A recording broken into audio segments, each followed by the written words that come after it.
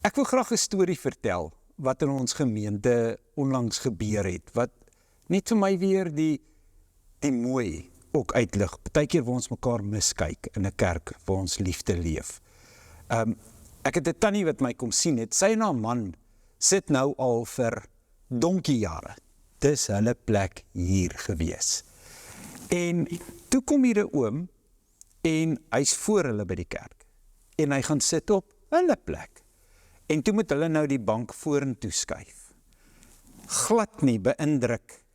En nou sê dominee ook nog, groet mekaar. Nou sê sy, dominee, nou moet ek die man groet.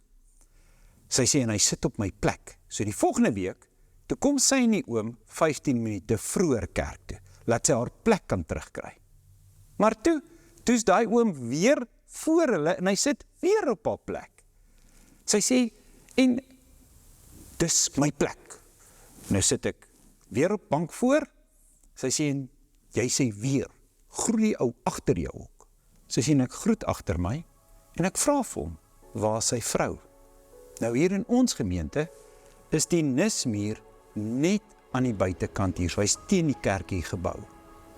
En die oom antwoord daar, en hy sê, ek sit langs my vrou. Sy is so 3 maande terug oorlede. Sy's hierso, in die nis, ek sit langs haar elke Sondag. Toe sê die tannie vir my, dominee, toe voel ek laar as 'n slang, dat ek oor 'n sitplek wil wees.